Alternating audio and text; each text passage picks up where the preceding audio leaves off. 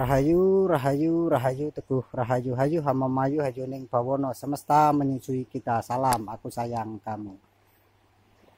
Dan Kobi saat ini masih bergerilya semesta di Pondok Pesantren Usuluddin, Bawang, Salaman, Kabupaten Magelang.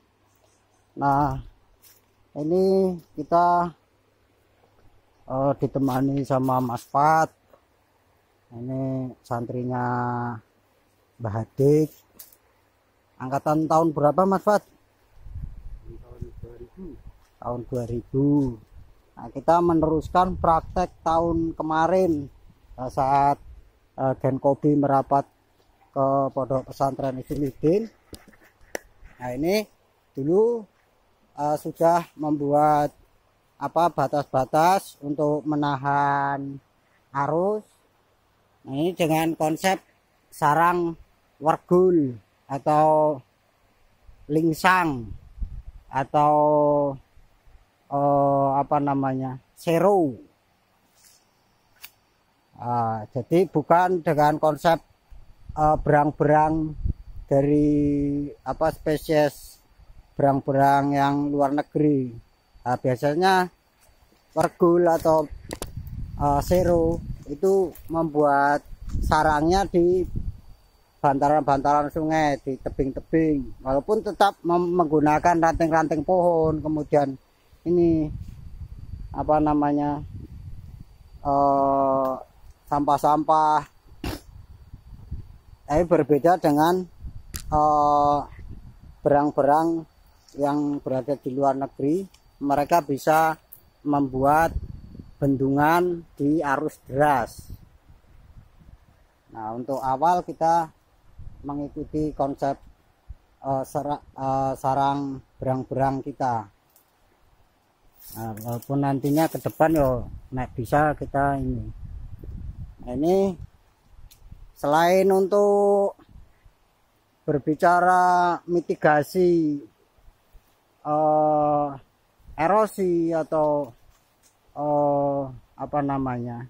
longsor di bantaran-bantaran sungai. Nah, kita juga berbicara pemanfaatan lahan. Ini sembari digunakan untuk menanam kopi. Ini pohon kopi cabutan. Nah, selain untuk menjaga bantaran sungai, nah ini nantinya juga bisa menghasilkan dari kopinya. Jadi ini salah satu bentuk konservasi dekonstruksi, bagaimana kita mengkonservasikan dengan memikirkan ekonomi kreatif maupun ekonomi berkelanjutan dengan gagasan bisnis ramah lingkungan dan ramah sosial. Jadi kalau misalkan semua bantaran sungai ini kita tanami pohon kopi, pohon kelapa, kemudian tanaman-tanaman akar, ini akan jadi kuat. Kemudian kita tambah dengan bentuk yang menarik mungkin. Nah, jadi dalam bertani kita tidak berhenti di penghasilan secara fisik, artinya untuk kebutuhan perut saja, tapi kebutuhan batin, kebutuhan makanan mata, makanan pikiran kita juga penuhi. Kenapa kita belajar pada binatang? Ini juga sifat belajar berendah hati, bahwa manusia itu bukan makhluk yang terhebat walaupun dikatakan sempurna, tapi kita juga memiliki kekurangan. Jadi apa salahnya kalau kita belajar pada binatang, pada makhluk lain, untuk sama-sama menjaga alam.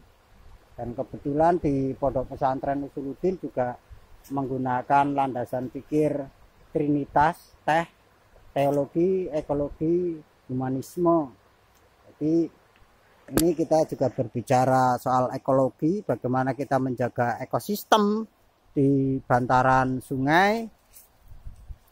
eh, memberi kesempatan hidup untuk semua makhluk. Kita hidup berdampingan, jadi tidak saling menguasai, karena manusia juga konon diutus ke bumi itu untuk menjadi pemimpin bumi. Jadi bagaimana kita memanage bumi, bukan untuk menguasai bumi sendiri. Binatang dalam membuat hunian atau membuat tempat tinggal, mereka tidak ketergantungan pada industri karena menggunakan material-material yang ada. Sementara kita manusia yang konon mempunyai akal dan dikatakan sempurna, tapi kita ketergantungan pada industri. Jadi ketika kita tidak memiliki uang, kita tidak bisa membuat bangunan. Itu artinya kita ditaklukkan oleh uang, yang pada dasarnya uang yang membuat juga manusia.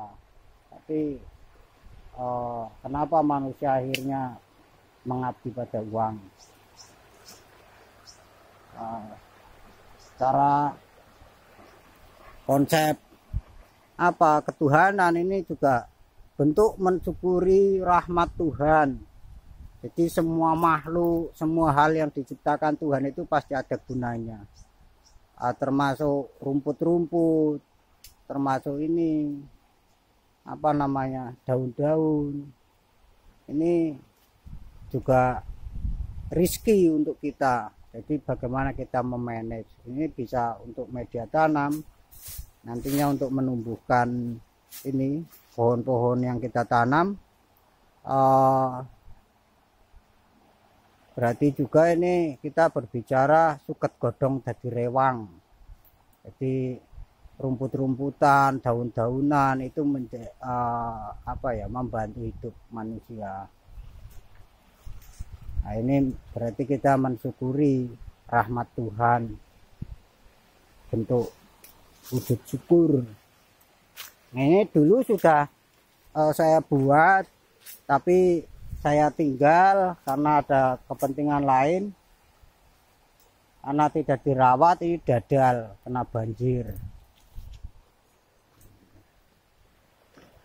Nah, ini bicara humanisme juga karena di sini sering untuk lewat orang, jadi biar enak. Kemudian orang-orang yang mancing juga bisa nyaman di sini. Kalau bersih, jadi untuk ancaman binatang-binatang yang berbahaya ini bisa kelihatan.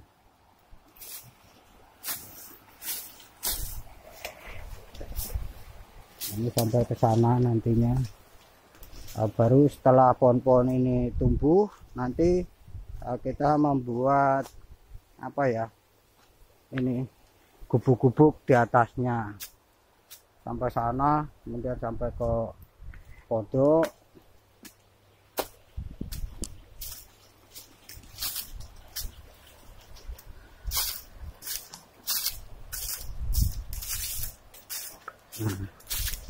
Ke sana. Itu pohon besar itu juga udah mulai pasang ini pancang-pancang.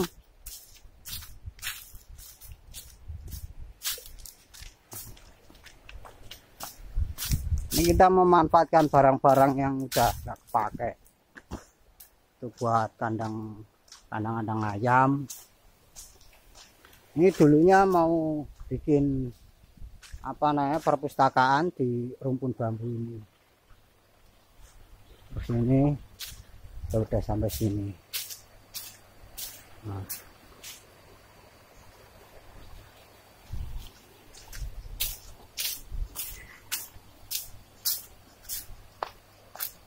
Jadi Gen Kobi praktek di Pondok Pesantren Usuluddin Bawang ini membawa gagasan eco farming, kemudian art farming. Nah, gagasan utamanya kita membuat ekoarsitektur. Jadi ekoarsitektur itu tidak hanya berbicara tanaman hidup, tapi bagaimana kita menata ekosistem, kemudian kita membuat Maksud saya bagaimana kita menata ekologi, kita membuat sistem, karena ruang juga akan mempengaruhi pola hidup dari yang menempati.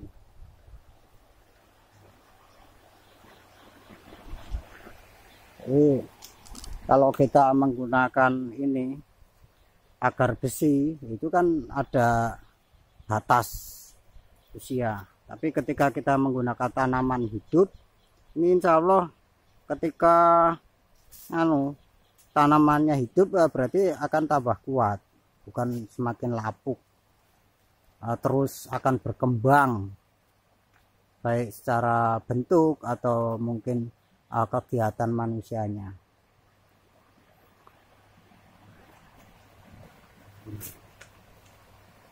Jadi kita juga coba belajar pada binatang, kita gunakan material-material yang ada, kita mawas diri, nggak punya uang tapi kita punya modal, punya tenaga, nah itu yang kita manage. Baik, untuk mengikuti perkembangan kegiatan Genkobi praktek di Pondok Pesantren Usuluddin Bawang, Anda bisa mengikuti channel kami di Gerakan Konservasi Binatang Indonesia atau mengetik hashtag ekoarsitektur atau hashtag Usuluddin Bawang. Terima kasih. Rahayu, rahayu, rahayu, teguh, rahayu, hayu, hamamayu, hayu ning bawono, semesta menyusui kita. Salam, aku sayang kamu.